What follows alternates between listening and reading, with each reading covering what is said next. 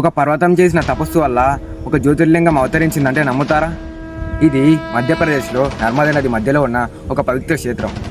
ఇదే ఓంకారేశ్వర జ్యోతిర్లింగం. మరి ఆ అద్భుతమైన చరిత్ర ఏంటో తెలుసుకుందాం. వింధ్య పర్వతాలని వింధ్యవాసిని అనే దేవత పాలించేది. ఆమె పెద్ద శివభక్తురాలు.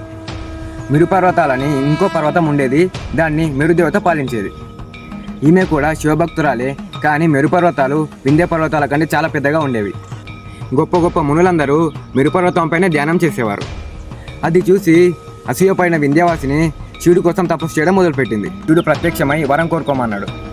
అప్పుడు వింధ్యవాసిని నేను మెరుపర్వతాల కంటే 10 రెట్లు ఎక్కువ పెరగాలని కోరుకుంది. అప్పుడు శివుడు అక్కడ ఒక జ్యోతిర్లింగం ప్రతిష్ఠించాడు. అదే ఓంకారేశ్వర జ్యోతిర్లింగం. వెంటనే వింధ్య పర్వతాలు చాలా పెరిగాయి. ఇంత పెరిగాయంటే సూర్యుడు, చంద్రుడు, నక్షత్రాలు కూడా కనపడకుండా పోయాయి. ఇది చూసి దేవుళ్ళందరూ ఈ సమస్యకు పరిష్కారం కోసం అగస్త్యముని దగ్గరికి వెళ్ళారు. అగస్త్యముని వింధ్య పర్వతాల వైపు వెళ్ళాడు. అది చూసి వింధ్యవాసిని అగస్త్యముని మీద ఉన్న గౌరవంతో సాష్టాంగ నమస్కారం చేసింది. అగస్త్యముని నేను మళ్ళీ తిరిగి వచ్చేంత వరకు ఇలాగే ఉండని చెప్తాడు. కానీ అగస్త్యముని మళ్ళీ అటువైపు రాడు. వింధ్యవాసిని కూడా అలాగే ఉండిపోద్ది. అలా వింధ్యవాసిని కోరిక మీద పుట్టిందే ఓంకారేశ్వర జ్యోతిర్లింగం. ఇది ప్రత్యేకంగా ఓం అనే ఆకారంలో కనిపిస్తుంది. భారతదేశంలో ఇంకా 7 జ్యోతిర్లింగాలు ఉన్నాయి. అవి కూడా తెలుసుకోవాలంటే ఫాలో చేసుకోండి.